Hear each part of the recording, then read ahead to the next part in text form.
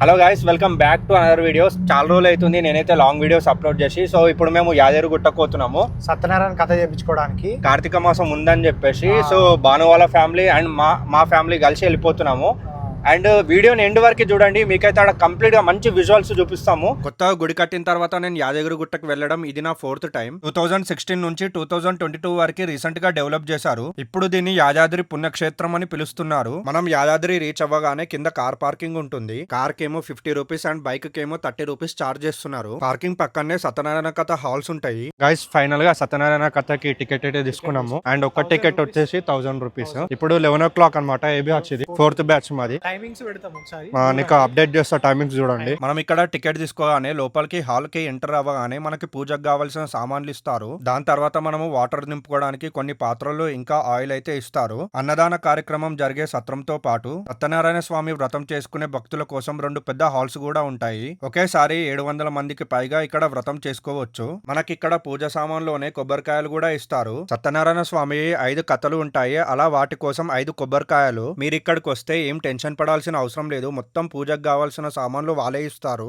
మాకు 1 year బ్యాకే సత్యనారాయణ స్వామికి వ్రతం చేయించుకోవాలని మొక్కుండే. అది ఫైనల్ గా ఇప్పుడు నెరవేరింది. మా ఫ్రెండ్ వాళ్ళ ఫ్యామిలీ ఎవ్రీ ఇయర్ ఇక్కడికి వచ్చి కథ చేయించుకుంటారు. అయితే ఇప్పుడు కార్తీక మాసం అవ్వడంతో ఈ నెలలో చేసుకోవడం ఇంకా విశేషం. ఈ 1000 రూపీస్ టికెట్ కి వీళ్ళు పూజకు కావాల్సిన సామాన్తో పాటు ప్రసాదం అన్ని ఇవ్వడం కూడా చాలా బాగుంది. పూజ అవ్వగానే మధ్యాహ్నం 12:30 నుంచి 2 వరకు అన్నదాన సత్రంలో అన్నదాన కార్యక్రమం కూడా ఉంటుంది. దాని తర్వాత మేము దర్శనం చేసుకుందామని గుట్టపైకి వెళ్తున్నాము. పైకి వెళ్ళడానికి మనకి ఫ్రీ బస్సెస్ ఉంటాయి. లేదు మీరు ఓన్ వెహికల్ తీసుకోవాలనుకుంటే 500 చార్జ్ చేస్తారు. అయితే మాకు తెలిసిన బంధువు రీసెంట్ గా యాదగిరిగుట్టకి ట్రాన్స్ఫర్ అయ్యారు. గుడిలో ఉన్న ప్రోటోకాల్ టీమ్ కి మొత్తం హెడ్ అన్నమాట. అందుకోసం మాకైతే కార్ కి టికెట్ కూడా తీసుకోలేరు. ఇలా అందరికీ ఉండదు, మీరు కామెంట్ చేయకండి. గుట్ట కింద నుంచి గుట్ట పైకి వెళ్ళడానికి దాదాపుగా 1 కిలోమీటర్ ఉంటుంది. మనం పైకి వెళ్ళిన తర్వాత గుడికి వెళ్ళాలంటే కొద్దిగా నడుచుకుంటూ వెళ్ళాలి. కొంచెం ఏజ్డ్ పీపుల్ అండ్ నడవలేని వాళ్ళ కోసం ఇక్కడ ఎలక్ట్రిక్ వెహికల్స్ కూడా ఉంటాయి. మనం గుడి లోపలికి దర్శనానికి వెళ్ళాలంటే కొన్ని టైమింగ్స్ ఉంటాయి. అప్పుడే గుడి ఓపెన్ చేస్తారు. టైం ఇప్పుడు 1 అవుతుంది. మేము దర్శనానికని గుడి లోపలికి వెళ్తున్నాము. మాకు దర్శనం బాగా జరిగింది. మొత్తం విఐపి దర్శనం అన్నమాట.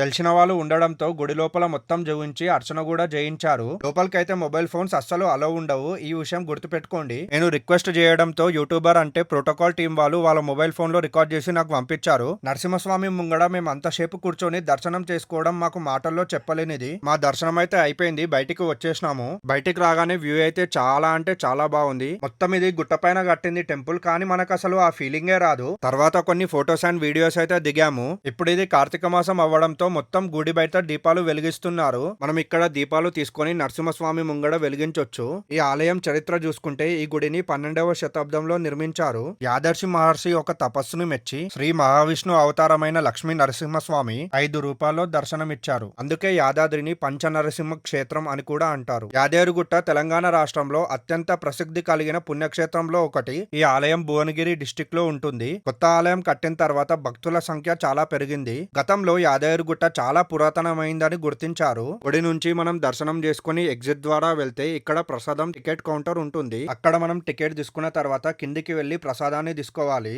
ఇక్కడ లడ్డు ఇంకా పులిహోర లాంటి ప్రసాదాలు మనకి అందుబాటులో ఉంటాయి. యాదాద్రికి వచ్చిన భక్తుల కోసం వైటీడీ కట్టించిన విల్లాస్ ఇవి. చాలా దూరం నుంచి ప్రయాణం చేసి వచ్చిన వాళ్ళు ఇక్కడ రూమ్ తీసుకొని ఉండొచ్చు. సింగరేణి సదాన్ విల్లాస్ అని మనకి ఆన్లైన్ లో బుకింగ్స్ కూడా ఉంటాయి. అలాగే మనం ఇంకా కిందికి ఎగ్జిట్ నుంచి నడుచుకుంటూ వస్తే అక్కడ శివాలయం కూడా ఉంటుంది. గుడి లోపలికి వెళ్ళగానే మనకి పెద్ద గజస్తంభం ఇంకా నంది దర్శనం ఇస్తాడు.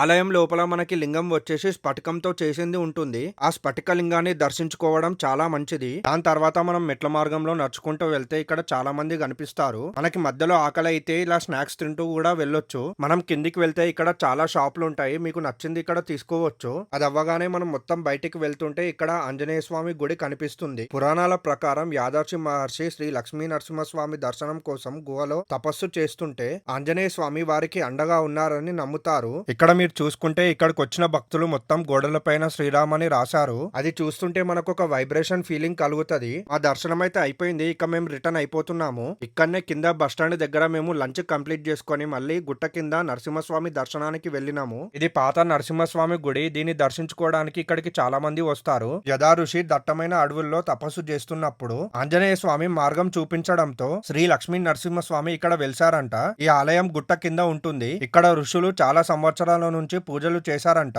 ఇక మేము ఇంటికి వెళ్లే రూట్ లో యాదాద్రి నుంచి కేవలం 15 కిలోమీటర్ల దూరంలో స్వర్ణగిరి టెంపుల్ ఉంటుంది. యాదగిరి గుట్టకు వచ్చిన భక్తులు తప్పకుండా స్వర్ణగిరిని దర్శనం చేసుకుని వెళ్ళండి. స్వర్ణగిరి ఆలయం ఎందుకు కట్టారంటే ఒక పెద్ద ప్రమాదంలో కోమాలోకి వెళ్లిన అమ్మాయిని తిరుపతిలోని పవిత్ర జలం బతికించింది. దాని తర్వాత ఆమె ఆస్తిపై ఒక ఆలయాన్ని నిర్మించాలని అనుకున్నారు. ఈ గుడి కట్టడానికి 7 సంవత్సరాల పైగా పట్టింది. ఈ ఆలయం భువనగిరి సమీపంలోని యాదాద్రి భువనగిరి జిల్లాలో ఉంటుంది. శ్రీమన్నారాయణ రామానుజ జిఆర్ స్వామి మరియు స్థానిక వ్యాపార వ్యక్తి మన్నేపల్లి రామారావు ఆధ్వర్యంలో నిర్మించారు. ఈ గుడిని 2024 మార్చి 6న ప్రారంభించారు. ఈ గుడిలో మనకి వెంకటేశ్వర స్వామి దర్శనం ఇస్తారు. ఈ గుడిలో రాత్రి పూట లైటింగ్స్ వేయగానే వ్యూ చాలా బాగుంటుంది. స్వర్ణగిరికి మీరు ఒక్కసారైనా వెళ్లారా? వెళ్తే మీ ఎక్స్పీరియన్స్ ఎలా ఉందో కామెంట్ లో చెప్పండి. ఈ ఆలయం ఒక చరిత్ర. ఇంకా నా వీడియో నచ్చితే గనక ప్లీజ్ మర్చిపోకుండా లైక్ కొట్టండి. మీరు కొట్టే ఈ లైక్ అండ్ కామెంట్ వల్ల నా వీడియోకి ఎంతగానో హెల్ప్ఫుల్ గా ఉండి బూస్ట్ వస్తుంది. ఇలాంటి టెంపుల్ వీడియోస్ మీకు మరెన్నో కావాలనుకుంటే మర్చిపోకుండా ఛానల్ ని ఫాలో అండ్ సబ్స్క్రైబ్ అవ్వండి.